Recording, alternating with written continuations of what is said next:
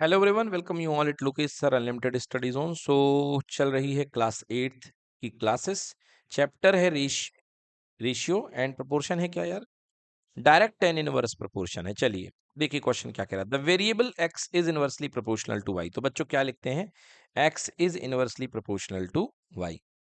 ठीक है बच्चों, अब इसका रूल आपको मैं याद दिला दूं। वैसे तो रटने के लिए बच्चे इसको ऐसे भी रट सकते हो आप लोग कि x1 upon x2 equal to y2 upon y1। ठीक है ना। ये बनता कैसे, एक बार मैं फिर से बात याद दिला देता हूं आप लोग को कि ये कैसे बनता है। बेटा जैसे x is inversely proportional to y है, तो आप इसको लिखा करते हैं x इज इक्वल टू, बेटा प्रोपोर्शनल हटता है तो क्या आता है, कांस्टेंट k अपॉन वाई।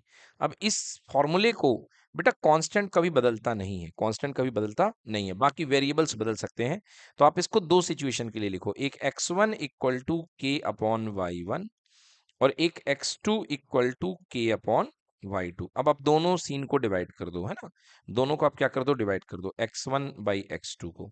तो ये क्या हो जाएगा बेटा, k upon Y one divided by K upon Y to.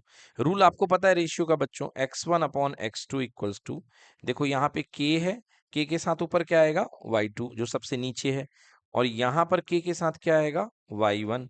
k से k क्या हो गया, कैंसिल। तो फाइनली आपके पास में एक्सप्रेशन बन गया x1 upon x2 is equals to y2 upon y1। Right, clear हुआ ये expression, x1 upon x2 equal to y2 upon y1। अब आइए अपने क्वेश्चन की ओर चलते हैं। कह रहा कि the variable x is inversely proportional to y, ये तो हमने लिख लिया, x इनवर्सली प्रोपोर्शनल y के है।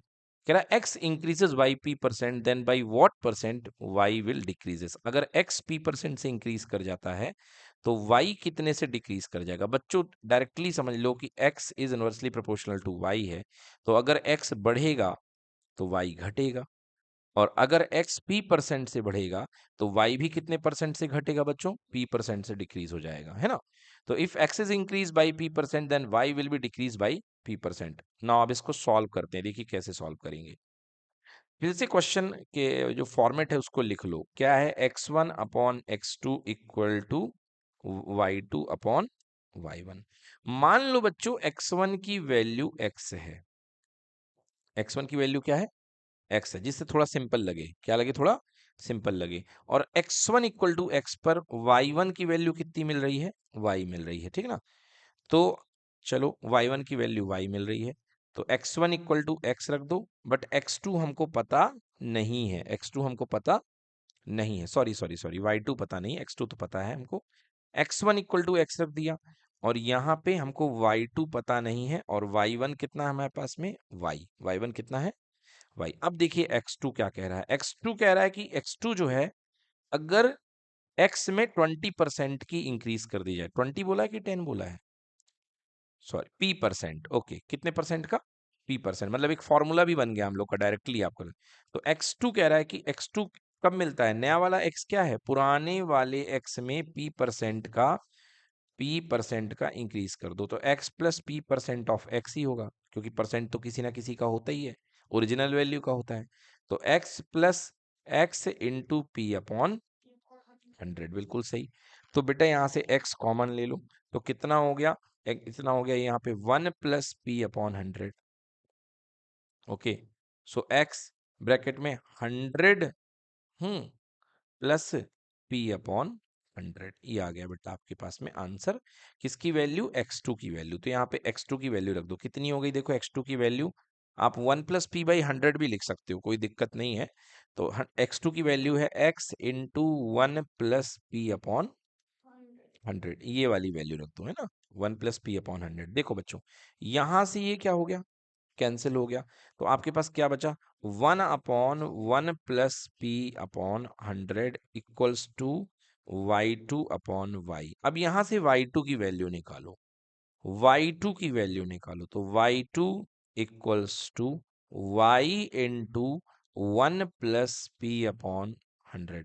गलत कर दिया क्या, गलत कर दिया, y2 equals to y upon में आएगा, y किस में आएगा, अपॉन में आएगा, ठीक ना। यहाँ पे इसको सही करूं मैंने गलत कर दिया, देखिए ये y यहाँ जाएगा ना, तो ये किस में जाएगा, इसमें अपॉन में जाएगा बेटा, ना अपन ने किस में कर दिया, इसको लिख दिया ऐसे, मल्टीप्लाई कर दिया, गलत कर दिया। तो x1 upon x2 equal to y2 upon y1 है, तो y2 is equals to y upon 1+/100। ठीक है, चलिए अब इसको सॉल्व कर लेते हैं थोड़ा सा। देखिए सॉल्व करेंगे इसको, तो y2 is equals to y, यहाँ पे सॉल्व करेंगे तो 100+p/100। तो y2 की वैल्यू यहाँ से कितनी आ गई, y2 इक्वल्स टू 100 सबसे ऊपर चला जाएगा, 100y/100+p। बोलिए ठीक है, ये आ गई किसकी वैल्यू, y2 की। अब क्वेश्चन कह रहा है कि बताइए कि y कितने से चेंज हो गया है, y कितने से डिक्रीज हो गया है, at what percent will y decrease, मतलब आपको y के डिक्रीज का रेशियो परसेंटेज चाहिए। तो देखो जरा y के बारे में देखो, है ना। तो अगर x में p% का इंक्रीज आया है तो y में कितने परसेंट का डिक्रीज आ गया है। तो सबसे पहले देखो y1 जो था वो कितना था, y था कि नहीं था। और y2 कितना आ चुका है, y2 आ चुका है 100y/100+p। तो कह रहा ये यहां से यहां तक बदल गया है, डिक्रीज हो गया है। आपको निकालना है कि परसेंटेज डिक्रीज कितना हुआ है, क्या निकालना है, परसेंटेज डिक्रीज। तो बेटा आपको मैंने बताया था परसेंटेज डिक्रीज, पहली value original value y1 minus दूसरी वाली value y2 divided by original value y1 और मल्टीप्लाई बाई 100, ये डिक्रीज का सिस्टम होता है। तो y1 की वैल्यू y है, y2 की वैल्यू 100y/100+p, 100y/100+p। ये देखिए y2 की वैल्यू रखी ना, ये यही थी ना, हाँ बिल्कुल यही थी, 100y/100+p divided by original value y multiplied by 100। चलो इसको सॉल्व कर लें, तो y into 100+p -100y whole divide by 100+p, right, into ये वाला y। देखो बेटा ये जो 100 है ये सबसे ऊपर इधर किनारे कर दो, कर दिया किनारे, है ना। अब ये वाला y किसके साथ चला जाएगा, क्योंकि होल अपॉन इसका है, तो ये वाला y चला जाएगा इस वाले के साथ, बताया गया था आपको, है ना। तो सब कुछ एडजस्ट हो चुका है, हो चुका है। चलो मल्टीप्लाई कर दो, तो बेटा कितना आ गया यहाँ पे, 100y+py -100y whole divided by how much, 100y और प्लस कितना py, क्लियर, इनटू कितना 100। ये देखिए 100y में से 100y क्या हो गया, कैंसिल हो गया, 100y में से 100y आपके पास में कैंसिल हो चुका है। नाउ यहाँ पर देखिए py और यहाँ पर y कॉमन ले लेंगे तो कितना आएगा, 100+p, 100+p इंटू कितना 100। तो ये आपके पास y से y कैंसिल, तो कितना आ गया, p/100+p इंटू 100। तो कुछ गड़बड़ कर रहे हैं क्या हम यहाँ पे, 100 -100y, y1 ठीक है अपॉन y2 की वैल्यू 100y/100+p। तो देखिए हमारे पास जो है इसको सॉल्व करने पर आंसर हमारे पास आया इतना py, हम्म p p/100+p इंटू 100। देखो जरा इसको कैसे लिखते हैं हम लोग, इसको हम कैसे लिखते हैं आप ये समझो। अगर मैं इसमें p में 100 ऐड कर दूं ऊपर, है ना, अगर मैं ऊपर 100 ऐड कर दूं तो माइनस मुझे क्या करना पड़ेगा यहाँ पे 100, ओके, अपॉन 100+p इंटू कितना 100, क्लियर है। तो अब देखो आप यहाँ पे p+100 -100, अब इसे आप ब्रेक कर लो, p+100 अपॉन p+100, ठीक है ना, इंटू 100, राइट, माइनस 100/100+p, ठीक है ना, 100+p इंटू कितना 100। ओहो, इसको देखिए इंटू 100, ये देखिए अब ठीक है, मैंने 100 को कर दिया। अब देखो बेटा ये कितना आ गया बेटा, ये है 100%, कितना है 100%, राइट। ये अपने पास में 100% है। हम क्या निकाल रहे हैं? परसेंटेज चेंज कितना हुआ है। हम परसेंटेज चेंज निकाल रहे हैं कि कितने परसेंट की कमी यहाँ पे आ गई है। हम ये निकालने वाले हैं कि कितने परसेंट की कमी आ गई। तो 100% हो गया माइनस। अब ये चीज देखो, आप बहुत अच्छे से देखो, ये माइनस, तो 100% में से कितनी कमी आई है? देखो, 100/100 प्लस पी इंटू 100, ये चीज यहाँ पे बन गई है। ठीक है ना, 100 + p। अच्छा, आप इतना सब कुछ ना करो ना, इतना यदि आप सब कुछ ना करो तो भी आप क्या इसका आंसर देख सकते हो? नहीं, नहीं देख सकते हो। देखो यहाँ पे, यहाँ क्वेश्चन में 100% मतलब पूरा जो टोटल था उसमें, देखो यहाँ पर कितना था बेटा? 100 + p, और बचा कितना? 100। मतलब p% की कमी आई है, क्योंकि p अमाउंट यहाँ पे क्या हो चुका है? कम हो चुका है।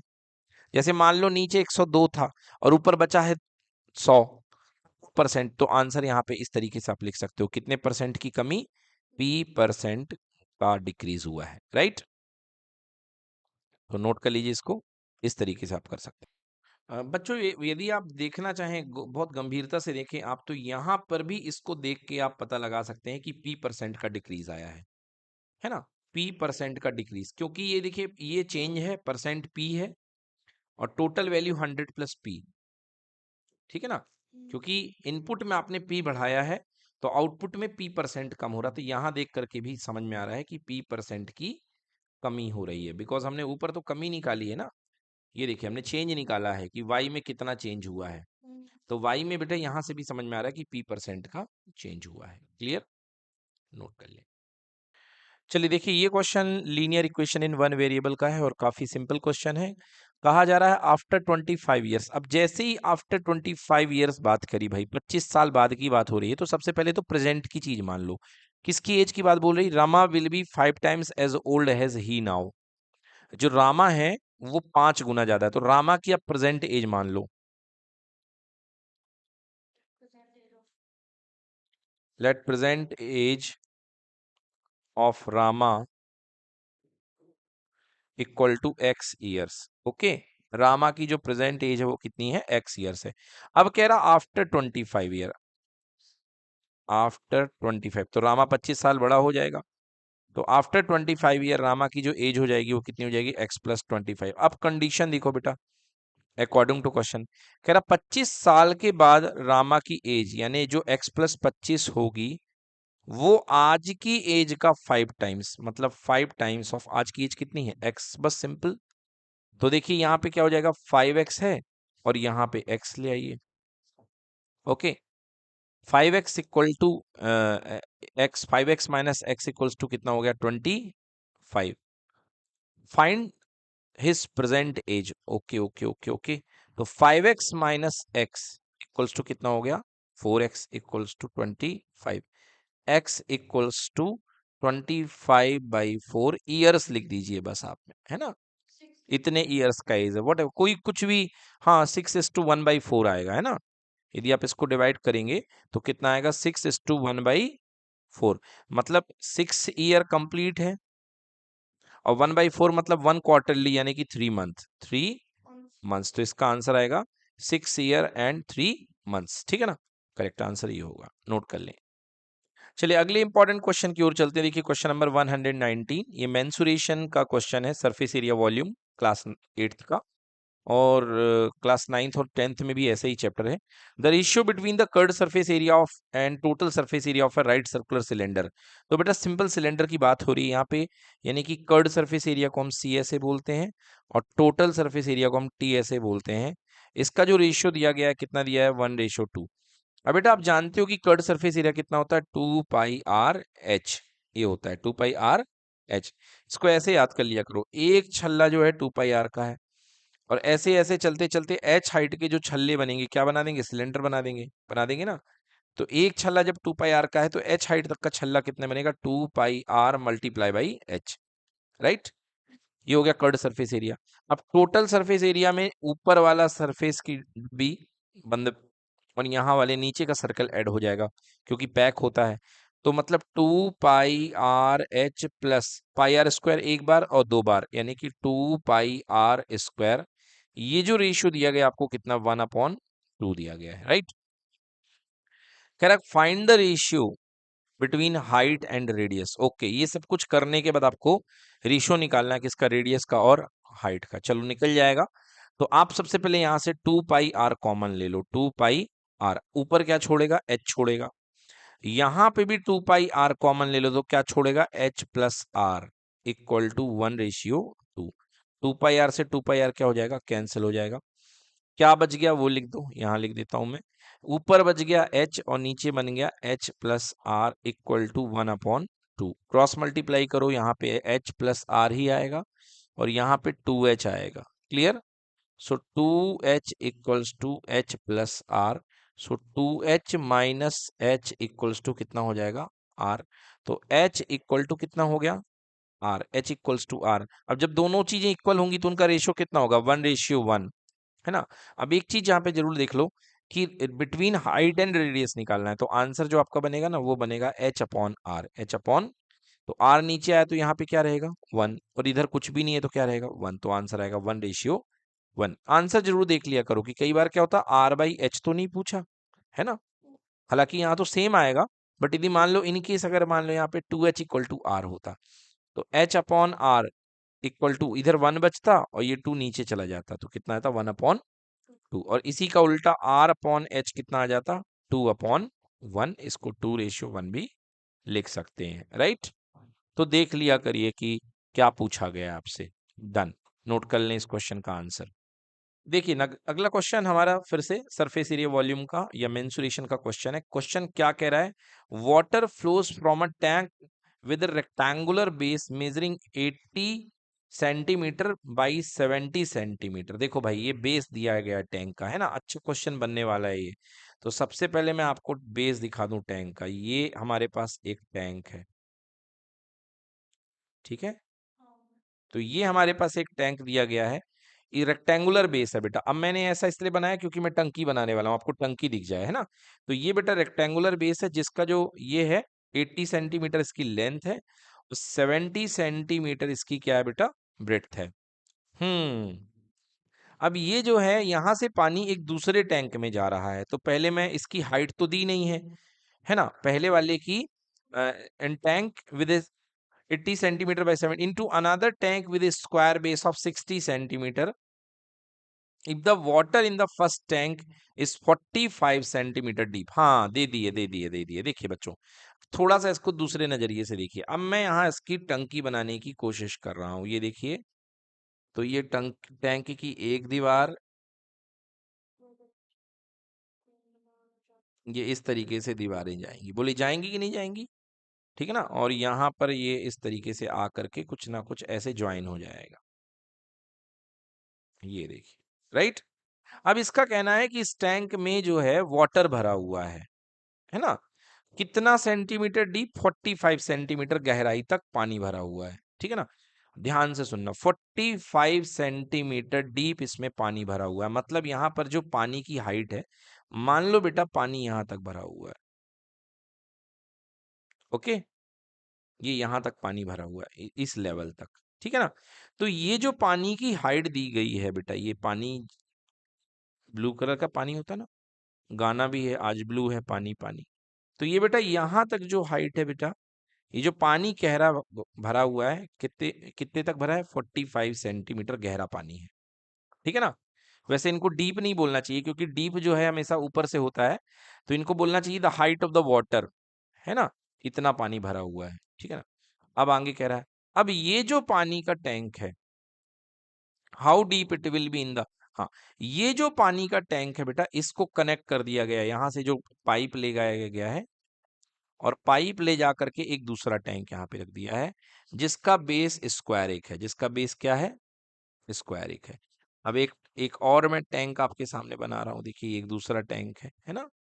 ये आपके पास में एक दूसरा टैंक मैं आपको बना रहा हूँ जिसकी साइड कितनी है बेटा, 16 सेंटीमीटर, है ना। साइड जिसकी 60 है। तो ये देखिए, ये इस पे भी इस तरीके से ये टैंक जाएगा,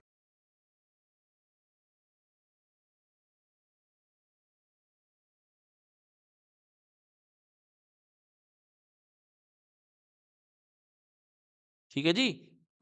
ये देखिए अब यहाँ का पानी जो है इसमें जा रहा है, यहाँ पाइप लगा हुआ है और इसके अंदर ये पाइप खुल जाता है, ये पानी डुब डुब डुब करके भर रहा होगा और यहाँ पर जो साइड दी गई है दैट इज इक्वल टू 60 और यहाँ पे जो साइड दी गई ये भी कितनी है 60 सेंटीमीटर।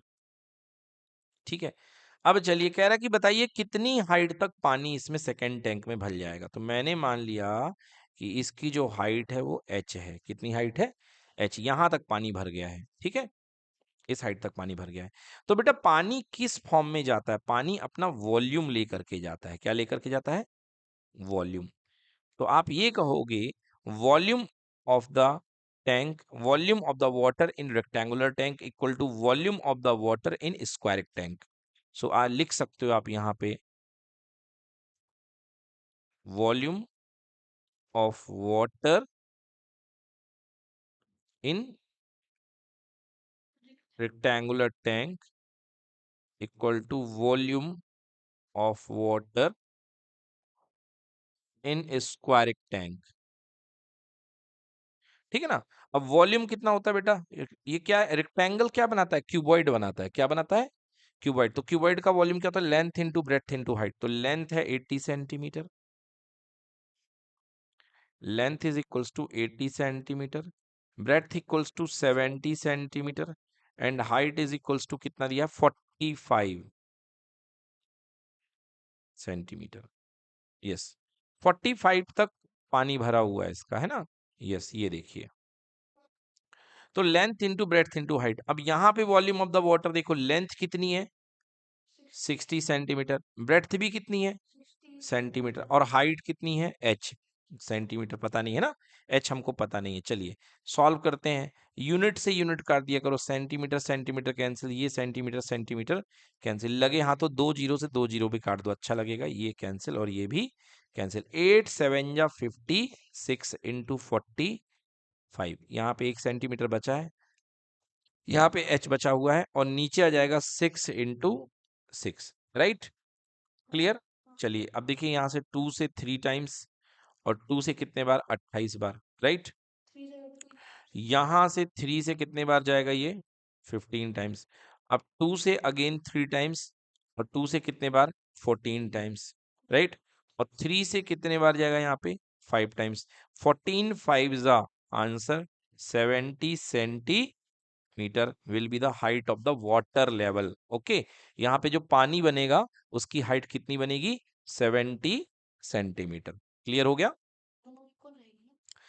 देखिए दोनों में इक्वल नहीं रहेगी, यहाँ पे 45 सेंटीमीटर की हाइट में पानी भरा हुआ था और यहाँ पर जो हाइट जा रही है वो कितनी बन रही है 70 सेंटीमीटर, राइट। यहाँ पर 70 सेंटीमीटर की हाइट बन रही है। डन। चलिए देखिए क्वेश्चन नंबर 126, अगला क्वेश्चन है, rectangular sheet of paper is rolled into two different ways to form a different cylinder, find the volume of the cylinder in each case if the sheet measure 44 cross 33। इसको 44/33 भी बोलते हैं। देखिए तो मैं यहाँ आपके सामने एक रेक्टेंगुलर शीट ले लेता हूँ, ये आपके पास में बेटा एक रेक्टेंगुलर शीट है ना। अब ये रेक्टेंगुलर शीट की जो लेंथ है बेटा ये 44 सेंटीमीटर इसकी लेंथ दी गई है। This is 44 centimetre, this is length of the sheet rectangular and this is 33 centimetre, ये बेटा आपके पास में 33 सेंटीमीटर है, राइट। अब कह रहा आपको कि इसको दो डिफरेंट वेज में रोल किया गया है। तो बेटा एक तो इसके दो एक्सेस हैं, देखो आप इसके एक्सेस को समझो तब आपको समझ में आएगा कि आप कैसे इसको रोल कर रहे हो। मैं इसके दो एक्सेस निकाल रहा हूँ, एक ही वाला एक्सेस है, तो हो सकता है आप एक बार फर्स्ट टाइम इसके लिए रोल करें, इस अबाउट में समझ में आ गया। अब ये दूसरा एक्सेस जो है इसका, ये वाला एक्सेस आपको दूसरा दिखाई दे रहा है, ये वाला, ये देखिए वर्टिकल एक्सेस, ठीक है ना। तो दो केस आपके बनेंगे और दोनों केसेस में आपको वॉल्यूम निकालना है। तो मैं दोनों केसेस के वॉल्यूम आपको निकलवा करके दिखाता हूं कि दोनों केसेस के वॉल्यूम क्या होंगे, समझ गए ना। तो फर्स्ट केस मैं ले लेता हूं ग्रीन वाला, पहला वाला मैं केस के ले लेता हूं ये ग्रीन एक्सेस वाला, मतलब इसको क्या बोलेंगे हॉरिजॉन्टल, ठीक है ना। तो लिखेंगे first, when sheet is folded along horizontal axis।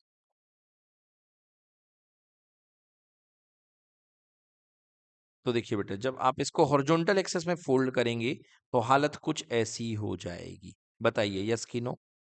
अब हॉरिजॉन्टल एक्सेस में फोल्ड करेंगे तो ये बेटा जो लेंथ है आपकी, ये कितनी बनेगी? 44 सेंटीमीटर, जिसको हाइट बोलते हो आप, क्योंकि इसको इसी को खड़ा कर दोगे तो हाइट बन जाएगी।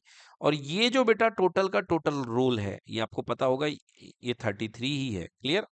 तो मतलब यू कैन से कि ये जो टोटल पेरीमीटर बनेगी that is equals to 2 pi R, 2 pi r1 that is equals to कितना? 33 centimetre. Clear?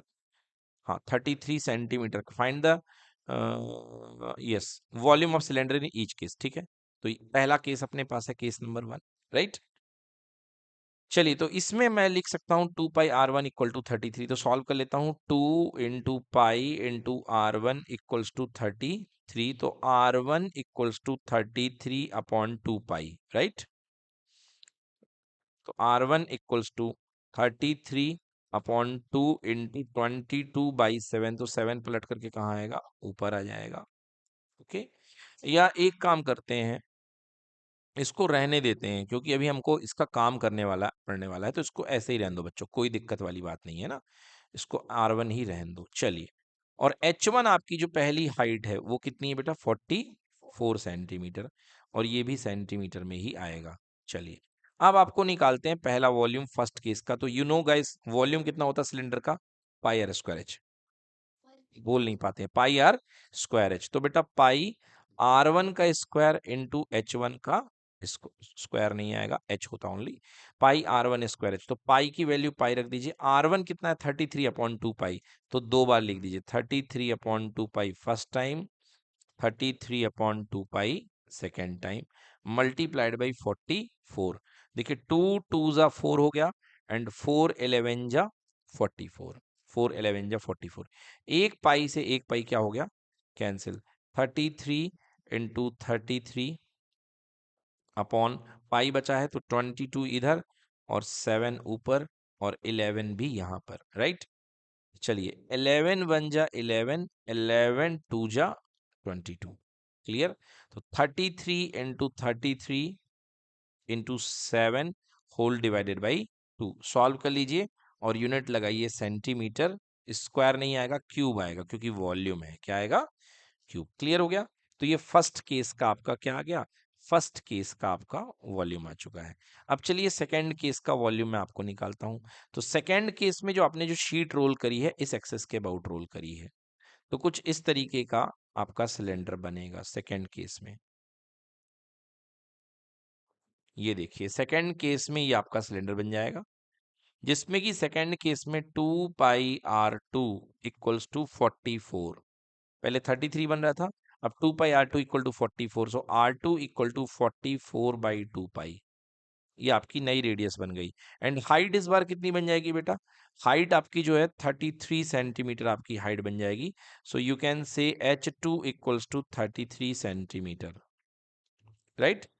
h2 equals to 33 centimetre. चलिए, अब आपको निकालना है वॉल्यूम। तो सेकेंड केस का वॉल्यूम मैं V2 के नाम से देता हूं। तो V2 equals to pi means pi, R का स्क्वायर मीन्स कितना? 44/2 पाई का स्क्वायर, 44/2 पाई। तो 1 टाइम 2 टाइम नोट करें इसको। 44/2 pi first, 44/2 pi second, and height into कितना? 33। पाई से pi cancel.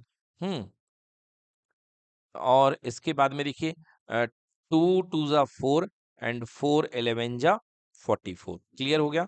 So V2 equals to क्या बच गया? 11 बच गया ऊपर, 44 एक बच गया ऊपर, 33 यहाँ बच गया, एंड नीचे 22/7। तो 7 कहाँ आ गया? ऊपर आ गया। नाउ 11 2 जा 22, एंड 2 से कितने बार? फिर यहाँ पे 22 टाइम्स। तो बेटा फाइनल आंसर आप लोग नोट कर लें। इस बार तो डिनोमिनेटर में कुछ बचा ही नहीं, तो और अच्छी बात, हम भी चाहते नहीं कि कुछ बचे नीचे। 22 into 33 into 7 centimetre cubic solve कर लीजिए। यही आपका एरिया आएगा सेकेंड केस में। तो फोल्ड करना था आपको अलग अलग सिचुएशन पे। एक बार वर्टिकली फोल्ड कर दो, एक बार हॉरिजॉन्टली फोल्ड कर दो। डन।